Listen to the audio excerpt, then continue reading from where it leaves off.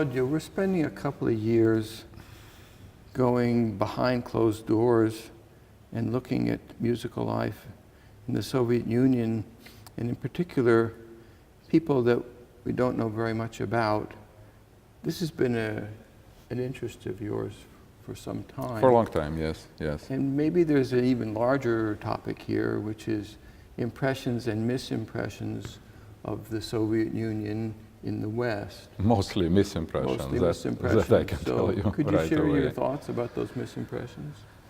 Well, misimpressions, it's not only with music, with poetry, with literature, with anything. Like time or country, certain culture picks up one poet, let's say Pushkin.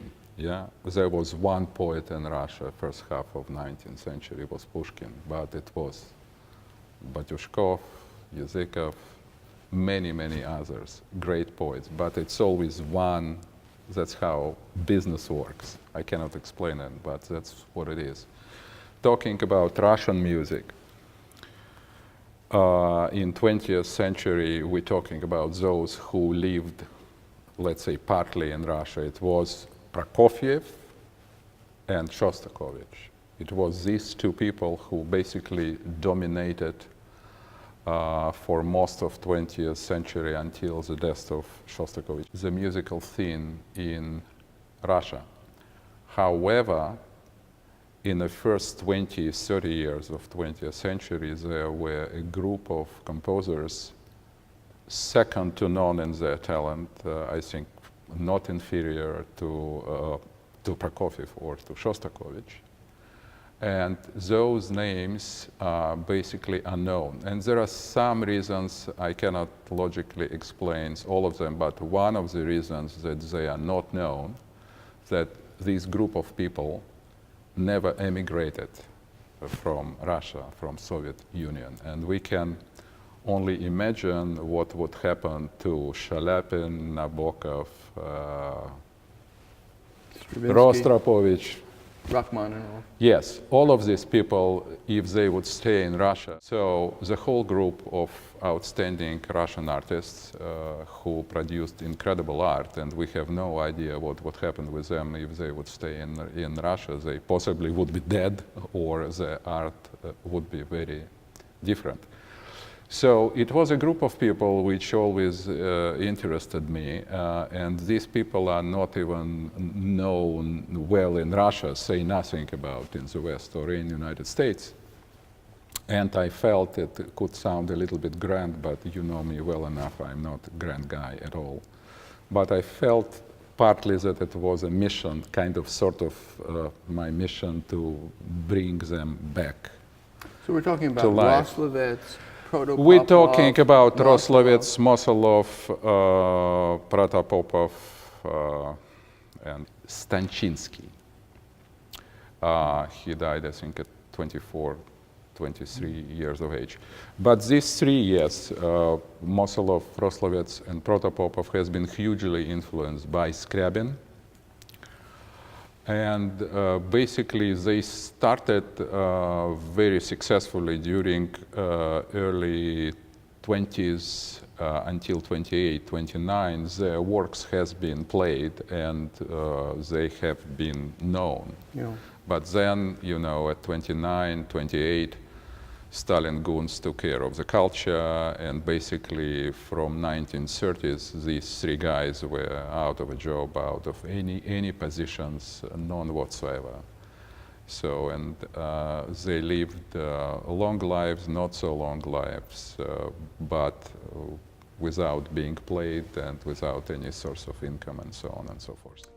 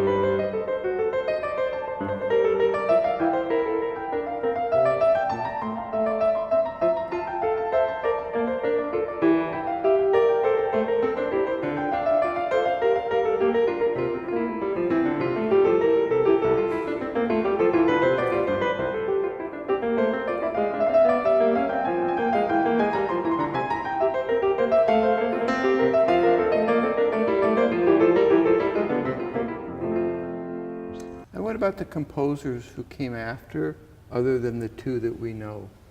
The 30s, the 40s, the 50s, outside of the realm of Prokofiev and Shostakovich? Weinberg, because now I think it's very, very clear, it was very clear to me during 70s and 80s that it's actually not big two, not Prokofiev and Shostakovich, right, but it's big three, Prokofiev, Shostakovich and Weinberg. And now I think, thank God, his music is widely played, widely recognized, and his worth and the value of this music becomes more and more clear. His operas are played. Gideon Kremer, I think he recorded almost anything which Uncle Metek, as I used to call him, wrote for violin. And his symphonies are recorded. So it's a first-rate music. So then, starting from 60s, there was a whole new group of people, so-called second avant-garde, but I'm not sure how legitimate this title is, because I have a little distaste for any titles and any labels, because I think it's misleading very often. So this group is much more known. It's Andrei Volkonsky, Nikolai Karetnikov, Alfred Schnitke, Edison Denisov, Sofia Gubaidulina, Valentin Silvestrov, Arve Pärt, and some others. So most of these people already passed away, but there are still a few which are alive, which is Sofia Gubaidulina, Arve Pärt, Silvestrov, and Gia Cancelli being the youngest. Did you know one Weinberg? of this. Yes, I knew him very well. It was almost like my second family. What was his reputation in Russia? His reputation among musicians has been impeccable and very, very high. But he did not have that kind of success and recognition. He didn't have any like medals or honorary titles like people artists of Russia and so on and so forth. To us, it sounds pretty bizarre, but in Soviet life, these titles, like where you are, a certain recognition from the government, from the party, was very crucial. And if you were not recognized in a certain way, it means that you were nobody. So why did we come across Khachaturian and Kabalevsky and because and these people were party composers. They have been playing the ball very skillfully. They have been a member of Central Committee of Communist Party and some very high bodies of authority. Both Kabalevsky and Khachaturian, who actually lived very close to each other at the same building where Dmitry Dmitrich Shostakovich lived. My father lived in adjunct building. Next to it, it was so-called Composer Union building. So these two, they played the ball. They have been recognized. They had all honorary Lenin Prize, Hero of Socialist Labor, whatever, name it, they had it. Actually, talking on that very bizarre topic, when you were reaching certain level of recognition, let's say you have been elected as a member of Central Committee of Communist Party, you were getting special foods. Foods, yeah. It sounds absolutely bizarre. Again, I use this word all the time. But food was not easy to find, good food. So it was a very tangible incentive for people, because if they're, up to certain levels, they eat better. So.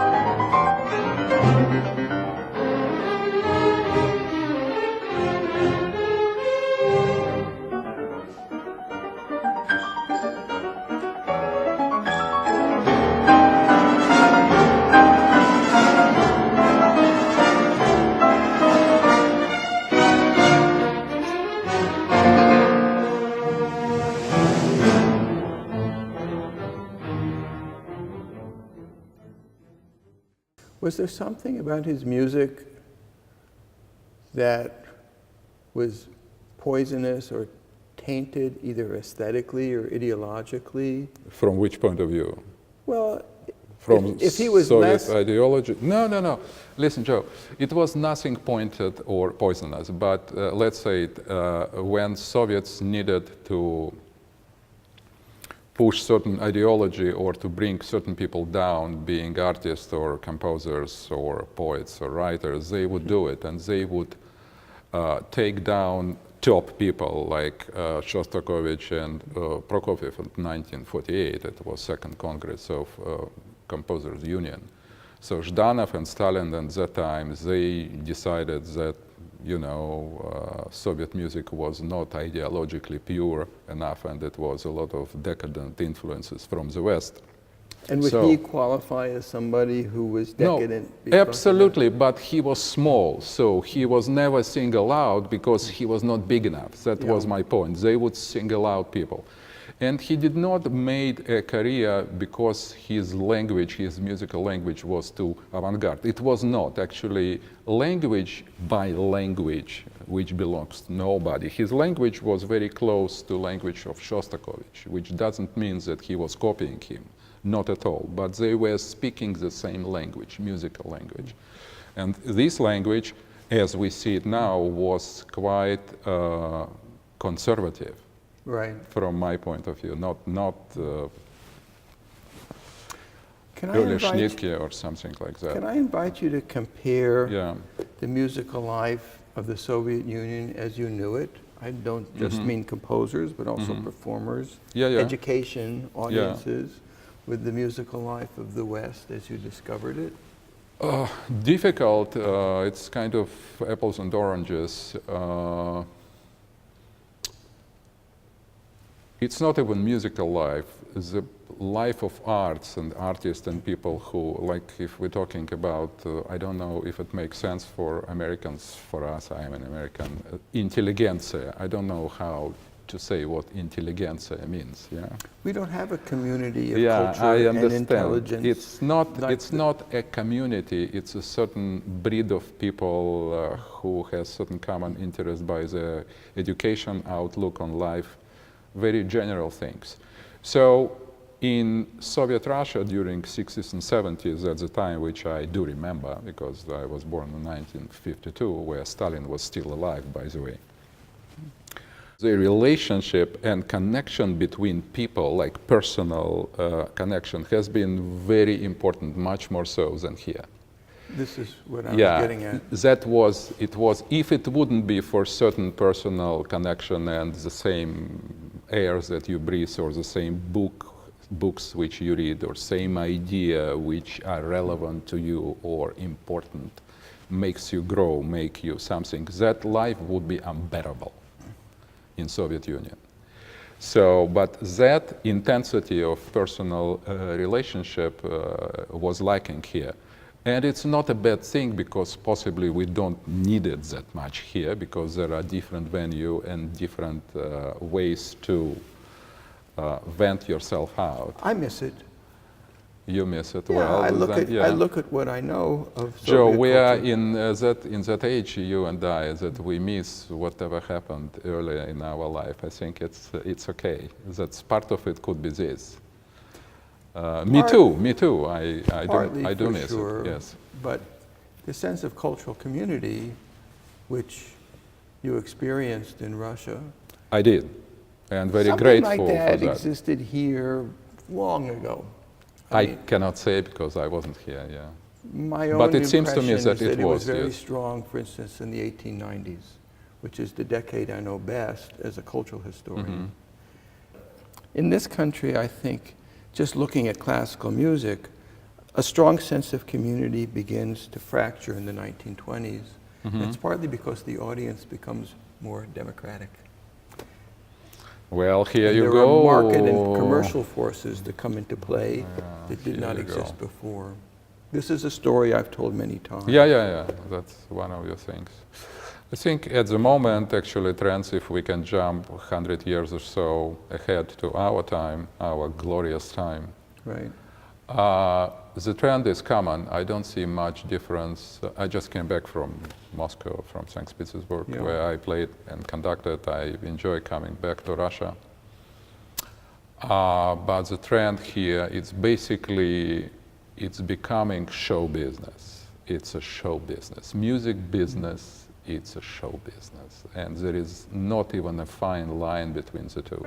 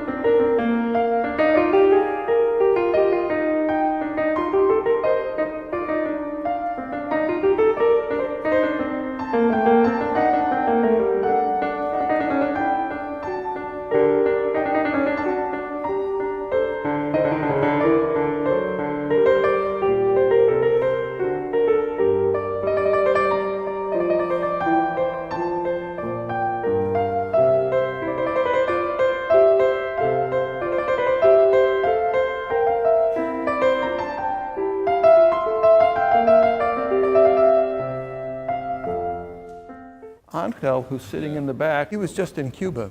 I have kind of a romantic notion of Cuba, but I've talked to him about his two recent visits to Cuba.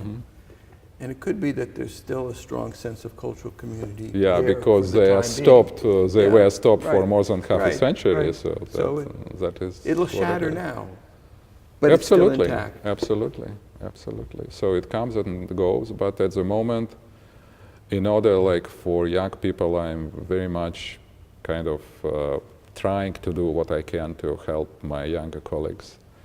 With my wife, as you know, we're running this Piano Summer at New Paltz program for more than 20 years.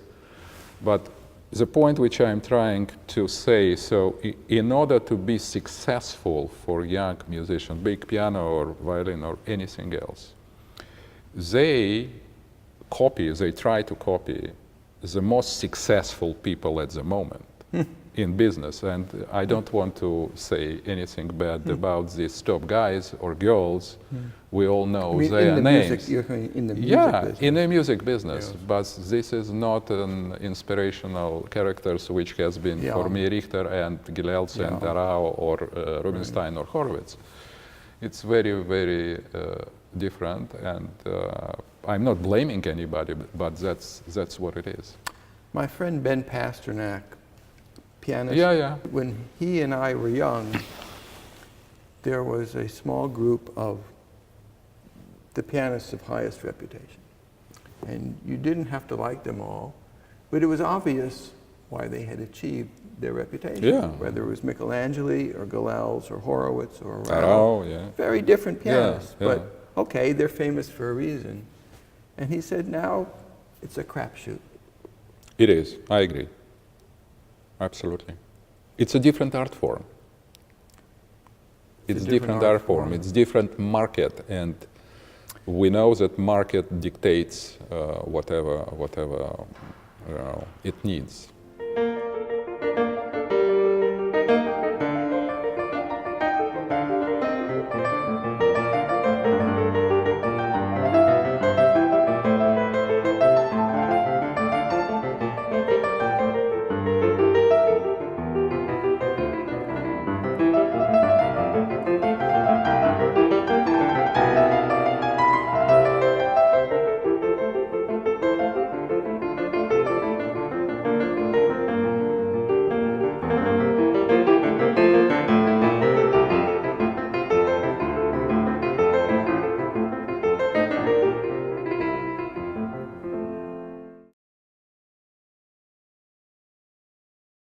Anything you want to just throw in? Well, that seems like a pretty dismal reflection. Just tell me, Joe. I mean, I can, do something very optimistic. I'm a Russian Jew. I was born big optimist. Little question, Yeah. personally. Yeah. I'm from Azerbaijan, Iran, which is Yeah. we have I a know, lot I of know. I similarities. played with in Baku many okay, times. yeah. I'm Yeah. not from that part. Yeah. From the part that which is in Iran. Okay. Iran has an Azerbaijan. Yeah. So, but the trend you mentioned, the medals and the food and everything, that was Yeah. almost the same Absolutely. in where I grew up, and every Yes.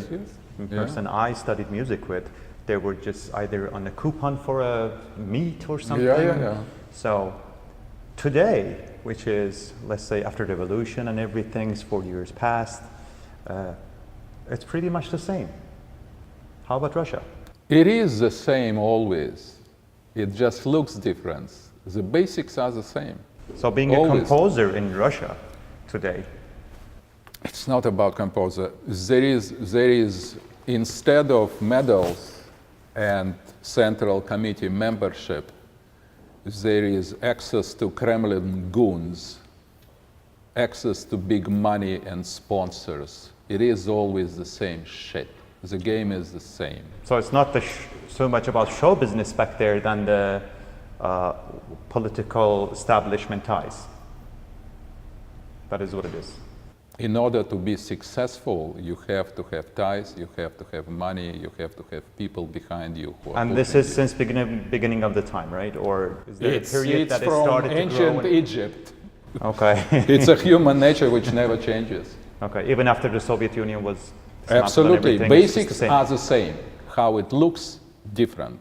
Certain things are different, but basics are never changing. They are the same from time immemorial and will be the same until this whole show ends. So there is light at the end of the tunnel. So just in the future. There is very good expression which I like, actually one of my favorite expressions of Joseph Brodsky, who was my favorite, still is favorite poet of second half of 20th century. Darkness restores what light cannot reveal.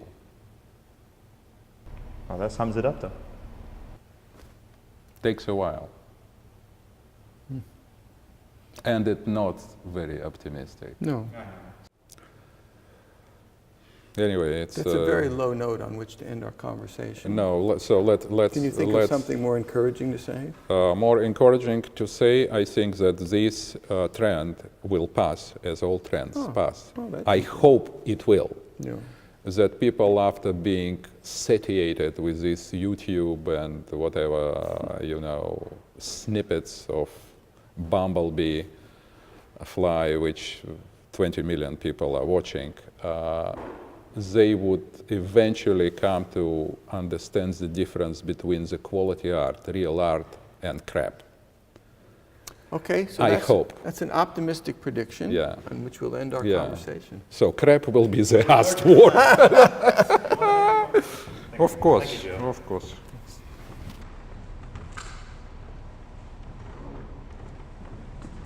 See, So this I hope quick- that crap and shit will stay there, because that was a highlight.